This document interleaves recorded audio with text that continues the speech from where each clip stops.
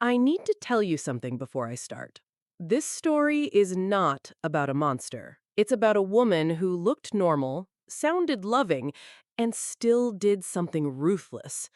She didn't just sabotage us, she faked texts from my number to make him leave. And for 6 weeks, I watched the man I loved doubt me because the lie was designed to look real. My name is Olivia. I'm 26 years old, and I want to tell you about the 2 years I spent trying to love a man whose mother had never learned how to let him go. I met Nathan when we were both 24, university, engineering program. He sat 2 rows ahead of me in a Thursday lecture, and one afternoon he turned around to ask if I had a spare pen, and I said yes, and he said thank you.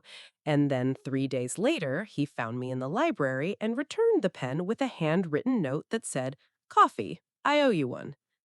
That was Nathan. Thoughtful, deliberate, the kind of person who returns borrowed pens with a note. We dated for 4 months before I met his mother.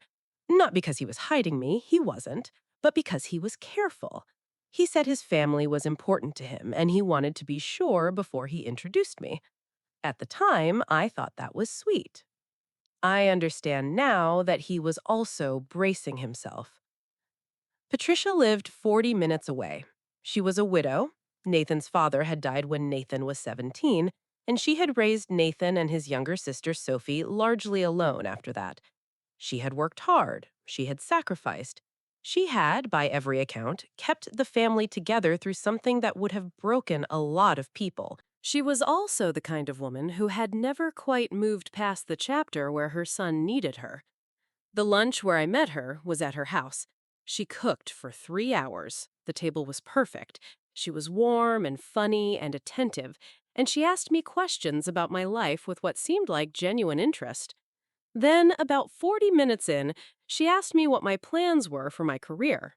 I told her. I was finishing my degree. I wanted to work in structural engineering. I had already been talking to a firm in the city.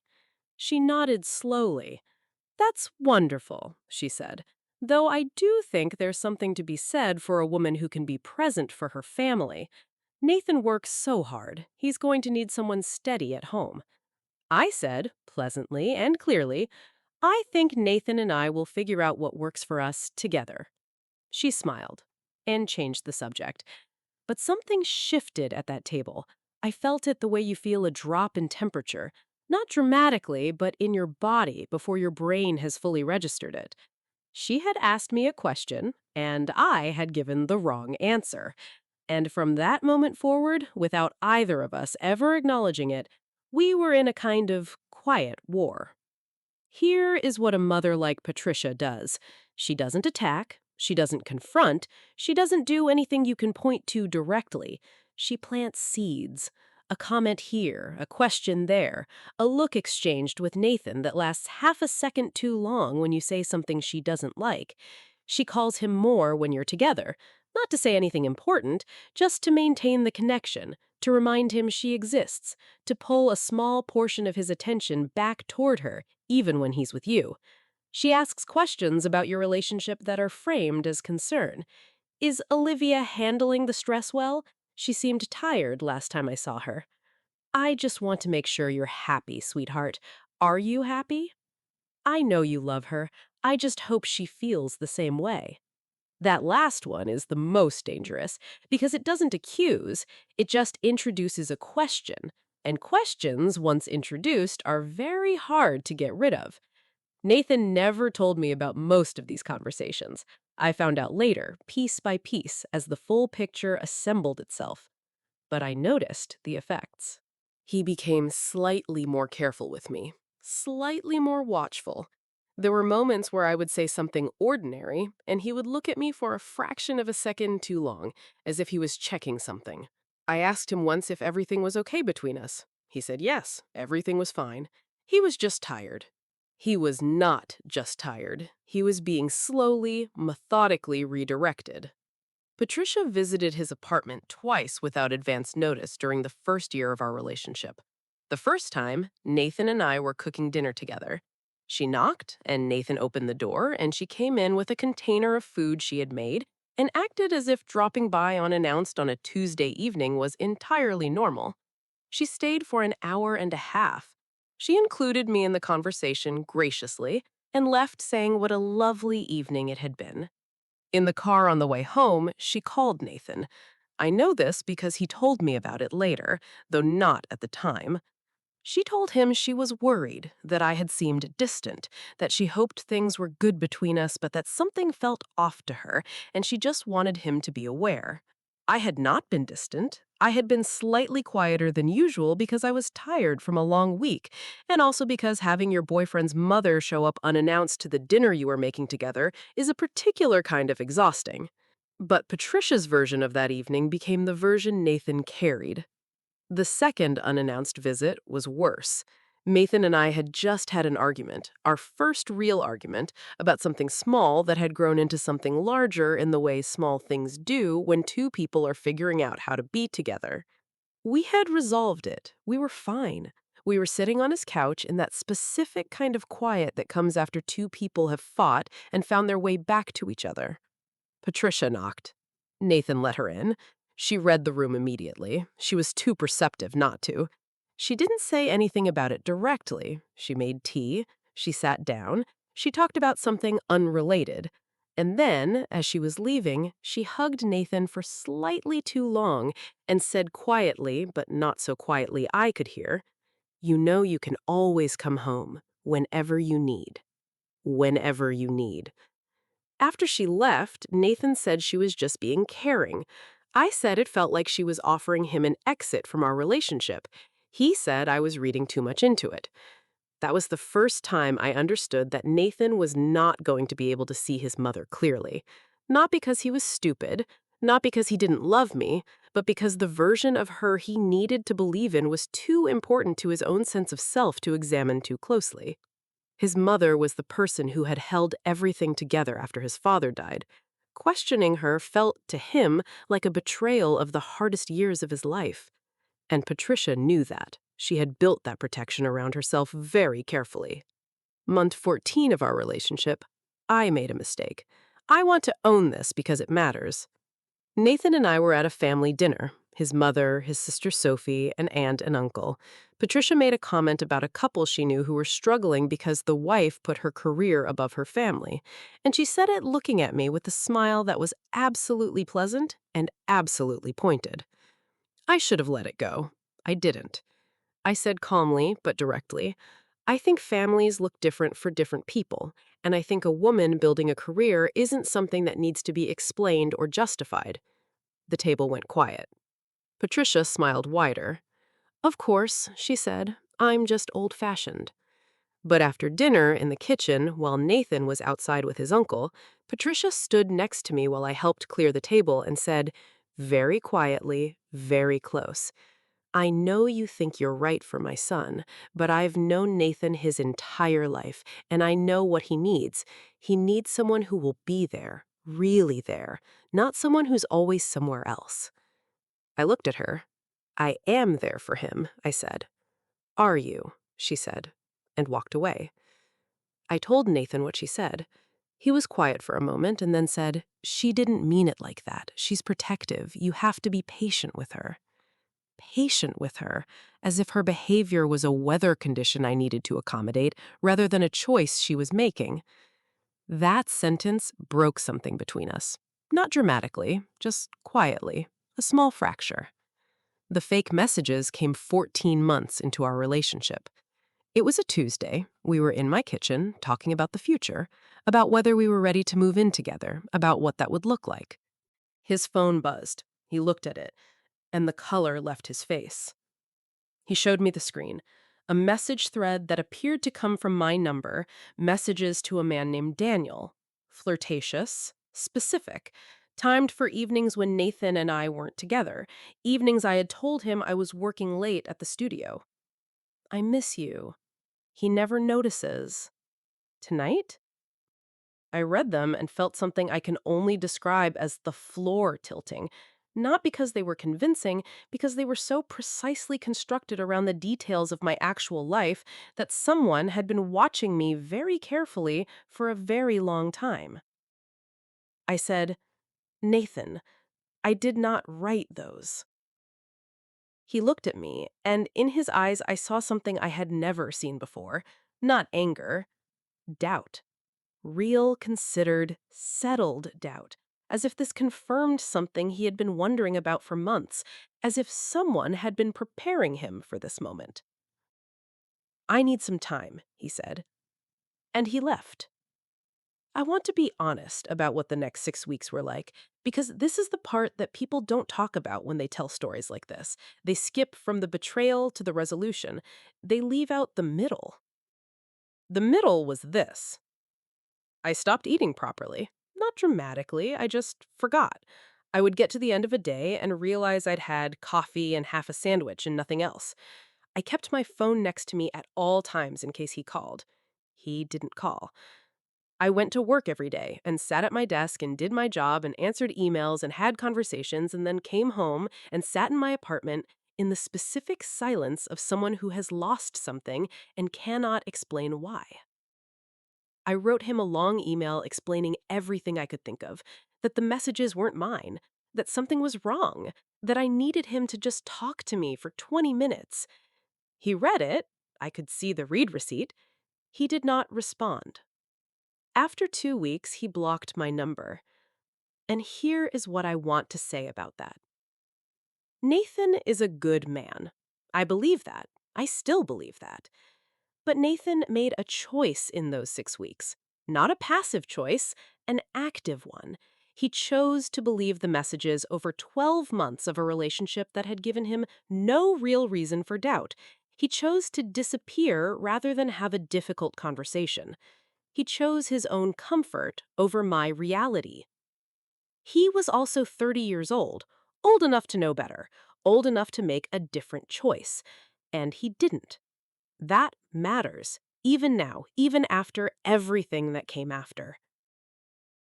Sophie contacted me in week 5. She found me through a mutual friend and sent me a message that said, "I know what my mother did. I need to talk to you." We met at a coffee shop. She arrived nervous and pale and sat down and said, without any preamble at all, "My mother created those messages. There's a service you can use to make texts appear from any number. She paid for it. I found the receipt." Then she said, "This isn't the first time." She told me about a woman named Jess. Nathan had been with Jess for almost 2 years, 3 years before me. Jess had ended the relationship abruptly and without explanation. Nathan had always believed she had simply stopped wanting to be with him. Jess had received a phone call from an unknown number. A woman's voice had told her that Nathan was seeing someone else and that she should end it before she got hurt.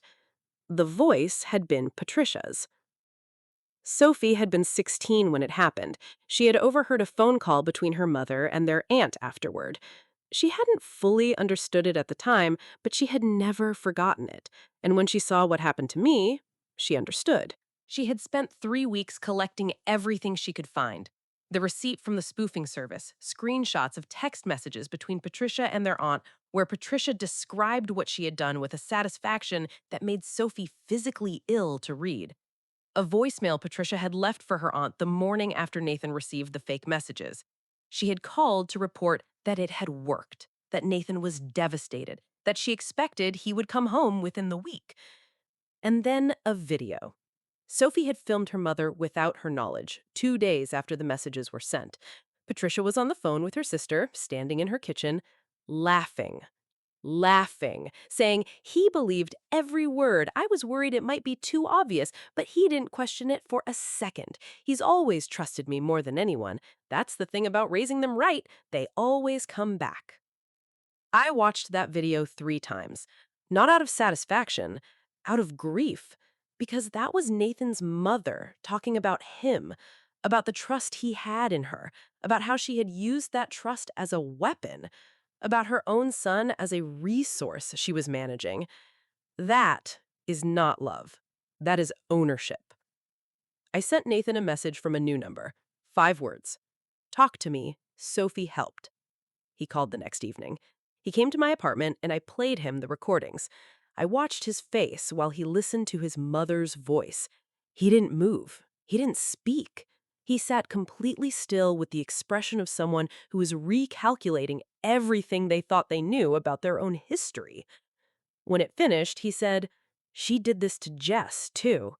It wasn't a question. I said, "Yes." He sat with that for a long time. Then he said, "I should have believed you." I said, "Yes, you should have." I did not soften that. I did not say, "It's okay," or "It's understandable," or "I know it was hard," because it was true, and he needed to hear it plainly. He had the capacity to make a different choice, and he hadn't made it. That was part of what we had to work through. Not just what Patricia had done, but what Nathan had chosen. He confronted her the following week. I know what happened because Sophie was there. Patricia went through every defense she had. First, she denied it. Then she said Sophie had misunderstood. Then she said the recordings were out of context. Then she cried and said she had only ever wanted to protect him.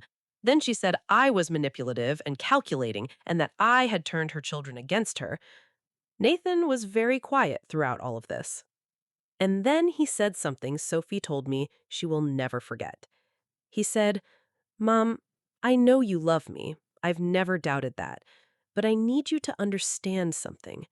He said, "You have spent 30 years loving me in a way that was always really about you, your fear, your loneliness, your need to be needed. And I let you because it was easier than having this conversation." Patricia stared at him. He said, "You destroyed 2 relationships because you couldn't tolerate me choosing someone else. And the worst part is that you don't think you did anything wrong. You think you protected me. But you didn't protect me from anything. You just made sure that I was available to you." Patricia started crying. Nathan said, "I'm not coming home, and I'm not doing this anymore." He left. Patricia called him 17 times the following week. He answered once. She told him that if he stayed with me, he was choosing a woman who had turned him against his own family. She told him he would regret it. She told him she had sacrificed everything for him, and this was how he repaid her. He said, "I know you believe that."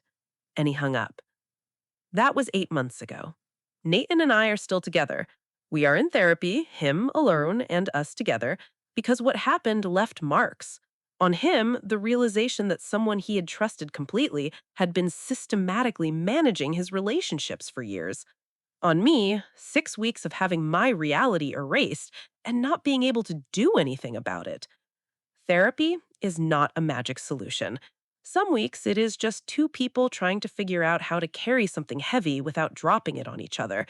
But we are doing it. Patricia has made attempts. Cards, one handwritten letter that Nathan did not open, a birthday call that he let ring out. Sophie has a relationship with her mother that is civil and careful and held at a deliberate distance.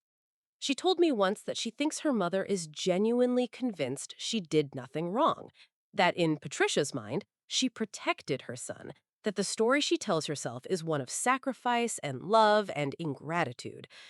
Sophie said, "The scariest thing is that she's not evil. She's just never been told no by someone she couldn't eventually bring back." I think about that a lot, because here is what I want to say to you. There are women like Patricia in a lot of families. Not all of them go as far as she did. Most of them don't fake messages or make phone calls to ex-girlfriends. Most of them operate in smaller ways. The comment that lands just wrong, the visit that comes at the wrong moment, the quiet repositioning of themselves at the center of a relationship that has no room for them. And there are men like Nathan and a lot of families.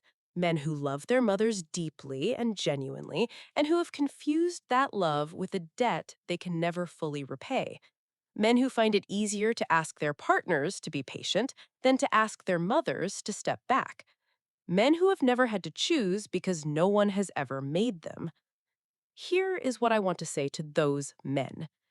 Choosing your partner is not a betrayal of your mother. Choosing your mother every single time, choosing her comfort over your partner's dignity, her feelings over your partner's reality, her version of your life over the one you're actually living, that is a betrayal. just not the one you think.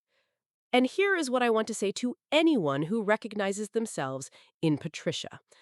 Love that comes with conditions is not love.